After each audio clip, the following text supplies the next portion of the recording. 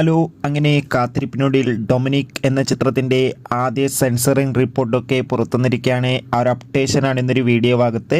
വീഡിയോയ്ക്ക് മുൻപ് video like ചെയ്യുക, ചാനൽ സബ്സ്ക്രൈബ് ചെയ്യുക. ജനുവരി മാസം ഇനി അങ്ങോട്ട് ധാരാളം ചിത്രങ്ങൾ OTT റിലീസ് ചെയ്യും. നമ്മുടെ ചാനൽ ഭാഗം പരിശോധിച്ചാൽ നിങ്ങൾക്ക് ആ വീഡിയോയൊക്കെ കാണാൻ വേണ്ടി സാധിക്കുന്നതായിരിക്കും. മമ്മൂട്ടി, ഗോകുൽ സുരേഷ് എന്നൊക്കെ പ്രധാന കഥാപാത്രങ്ങളായെത്തി ഈ വരുന്ന ജനുവരി 23 റിലീസിനെത്തുന്ന ചിത്രമാണ് ഡൊമിനിക്. എല്ലാ സിനിമാ പ്രേമികളും ഒരേപോലെയാണ് ഡൊമിനിക് എന്ന ചിത്രത്തിൻ്റെ ഓരോ അപ്ഡേഷനും അറിയാൻ വേണ്ടി ഏറെ ആകാംക്ഷയോടെ കാത്തിരിക്കുന്നത്.